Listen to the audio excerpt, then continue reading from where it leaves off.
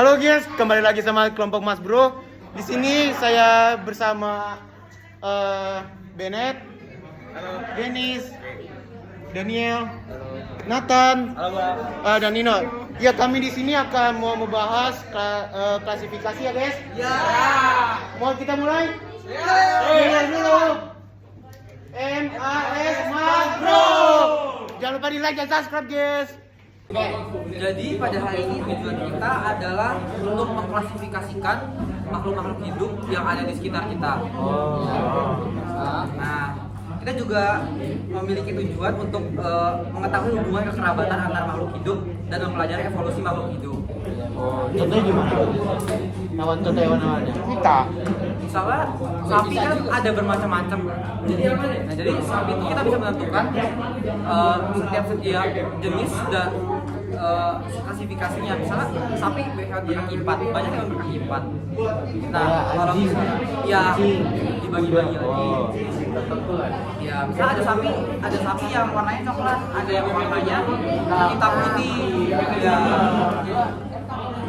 Kita juga bisa melakukan persilangan antara itu.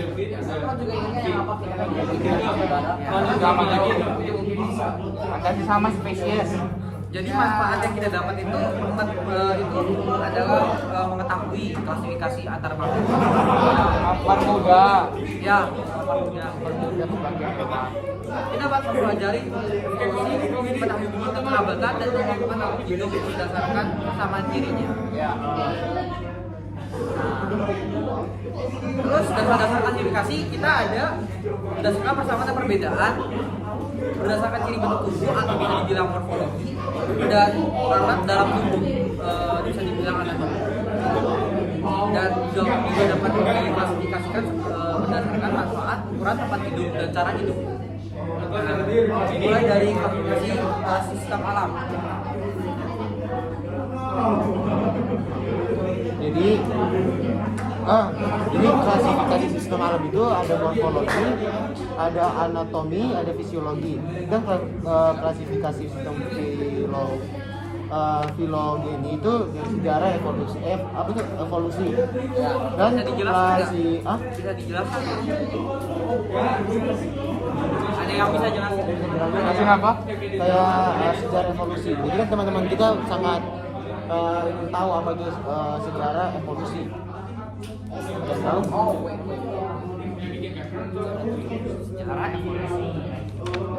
Sejarah evolusi dalam klasifikasi sistem alam berdasarkan morfologi, anatomi, dan fisiologi.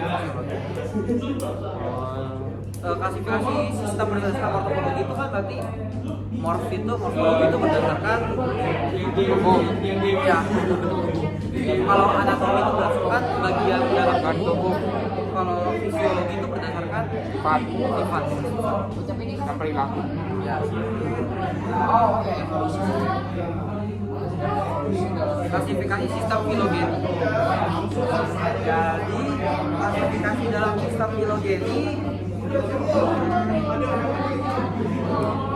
diperkenalkan oleh Charles Darwin. Siapa? Charles Darwin. Filogenetik adalah hubungan kekerabatan antar organisme dengan melihat kesamaan ciri morfologi, anatomi, fisiologi, dan etologi hewan. Filogeni merupakan hubungan kekerabatan antar organisme dalam proses evolusinya. Berarti proses evolusi itu filogenetik. Ia melihat berdasarkan morfologi, anatomi, fisiologi, etologi. Oh, jadi filogeni itu kayak merupakan hubungan kekerabatan, yaitu kayak antar organisme berdasarkan proses evolusinya. Hubungan kekerabatan tersebut digambarkan sebagai polifilogenetik. Seperti kalau kalian bisa lihat kayak gini. Lihat nggak sih? Pokoknya. Nah. Terus Kita datang klasifikasi sistem buatan artificial. artificial. Jadi klasifikasi sistem artificial itu klasifikasi untuk tujuan praktis, misalnya berdasarkan kegunaannya.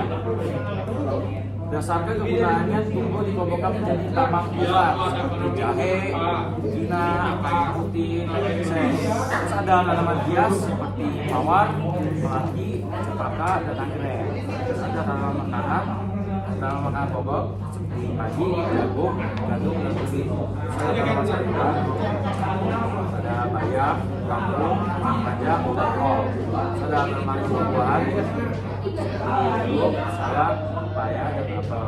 Ada tanaman sandang dan juga tanaman pepapan. Nah, iya, betul.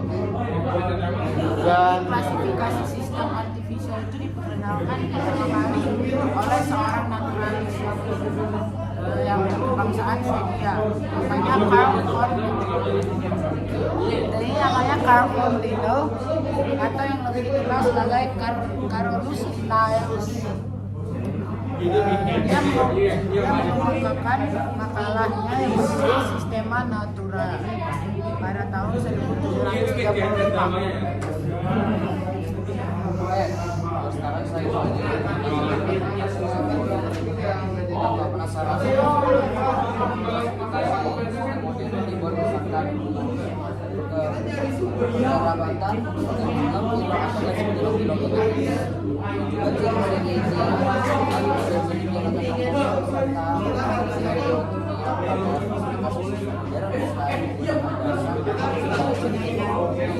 misalkan perabatan anatomi, fisiologi dan etologi juga dilakukan perbandingan struktur molekuler dari organisme yang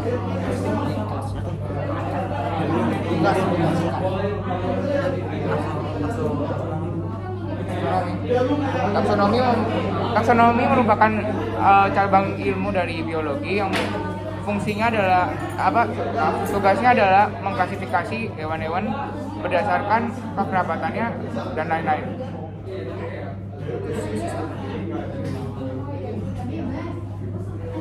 Ya, jadi di taksonomi itu ada tujuh golongan, mulai dari kingdom, lalu ada phylum atau divisi, lalu ada kelas, lalu ada ordo, lalu ada familia, genus, dan spesies. Dan juga untuk tambahan ada varietas, di mana itu perbedaan di antara satu spesies. Jadi untuk kingdom itu hewan-hewan dibagi menjadi ada berapa hidup dibagi menjadi lima, yaitu ada animalia hewan, plante atau tumbuhan, kingdom fungi atau jamur, monera dengan makhluk hidup 8 jenis, dan protista eukaryotik yang memiliki jaringan sederhana. Dan kalau di kategori film terdapat beberapa Jadi film itu biasanya digunakan untuk takson hewan. Sedangkan divisi digunakan untuk takson film itu tumbuhan yang itu kingdom animalia dibagi menjadi beberapa film. Antara lain film chordata memiliki notochordra saat embrio. Film Echinodermata itu hewan yang berkulit duri, dan film Platymintes atau yang bisa dibilang hewan cacing pipih. Sementara itu kingdom plante dibagi menjadi 3 divisi, antara lain itu Bryophyata yaitu tumbuhan lumut, dan Petridopia itu tumbuhan paku, dan yang terakhir itu Spermatophyata itu tumbuhan berbiji. Jika kalian cermati nama divisi pada tumbuhan memiliki divisi yaitu berakhiran hyata. Dan Bentar, mau tanya.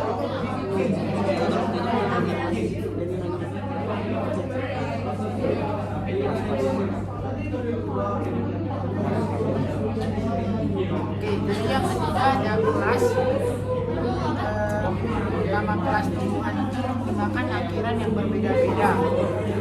Antara lain Edonae untuk tumbuhan berbiji tutup, Opsida untuk lumut, Pisai, alga, dan lain-lain. Contoh divisi Angioderma dibagi dibagi menjadi 2 kelas, yaitu kelas monocotyledon sama dicotyledon. Dan mungkin ada beberapa lagi yang memang beberapa lagi nanti bakalan terbagi-bagi lagi. Nah, tapi karena durasinya Durasinya udah udah habis, jadi habis, kita langsung ke Kesimpulannya. lah, lanjut kesimpulannya. selanjutnya. Ada sistem nama makhluk hidup, ada nama ilmiahnya. Orang yang deskripsiin namanya deskriptor. Misalnya nama-nama ilmiah yang orang buat itu. Terus harus sistem katanya harus menggunakan huruf kapital di depan awal kata. Harus ditulis dengan miring italik. Terus huruf lanjutan ditulis dengan huruf kecil. Nama genus, nama spesies cetak miring atau digarisbawahi secara terpisah.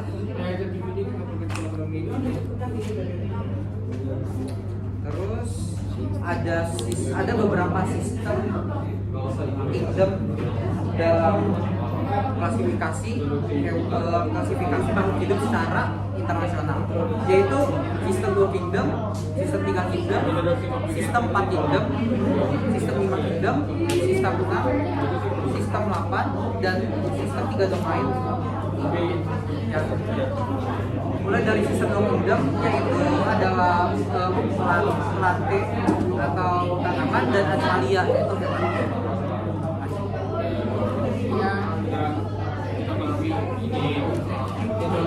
Terus yang sistem 3 kingdom itu kayak kelompok besar, yaitu kayak protista, plante, dan animalia. Dan sistem 4 kingdom itu inti disebutnya itu prokariota. Sedangkan organisme yang memiliki membran inti disebut eukariota, dan menjadi 4 kelompok besar, yaitu Monera, Protista, Plante, dan Animalia. Oke, dan juga sistemnya sekarang yang kelima dari klasifikasi sistem dengan dikemukakan oleh Whitaker. Pada tahun 1969, Whitaker dasar klasifikasinya yang digunakan yaitu sistem dan cara memperoleh manusia. Jamur dipisahkan dari kingdom Plante dengan alasan binatang dapat membuat makanannya sendiri. Itu klasifikasi sistem terdiri atas Monera, bisa Plante, dan Animalia. Terus ada sistem 6 kingdom. Ya, sistem 6 kingdom itu terdiri atas Archaea, Bacteria, Eubacteria, Protista, Plantae, dan Animalia. Terus ada sistem 8 kingdom. Terdapat 8 kingdom makhluk hidup, yaitu Archaea, Bacteria, Eubacteria, Archaea, Protozoa, Protista, Plantae, dan Animalia. Yang terakhir ada sistem 3 domain yang dikembangkan oleh Carl dan beberapa ahli sistematika lainnya. Dibagi menjadi 3 domain, yaitu Archaea, Bacteria, dan Eukarya.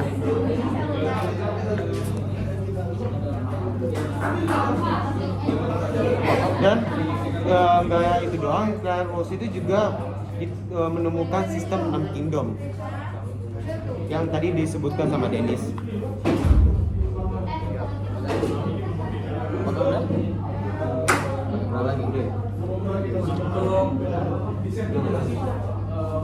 Udah.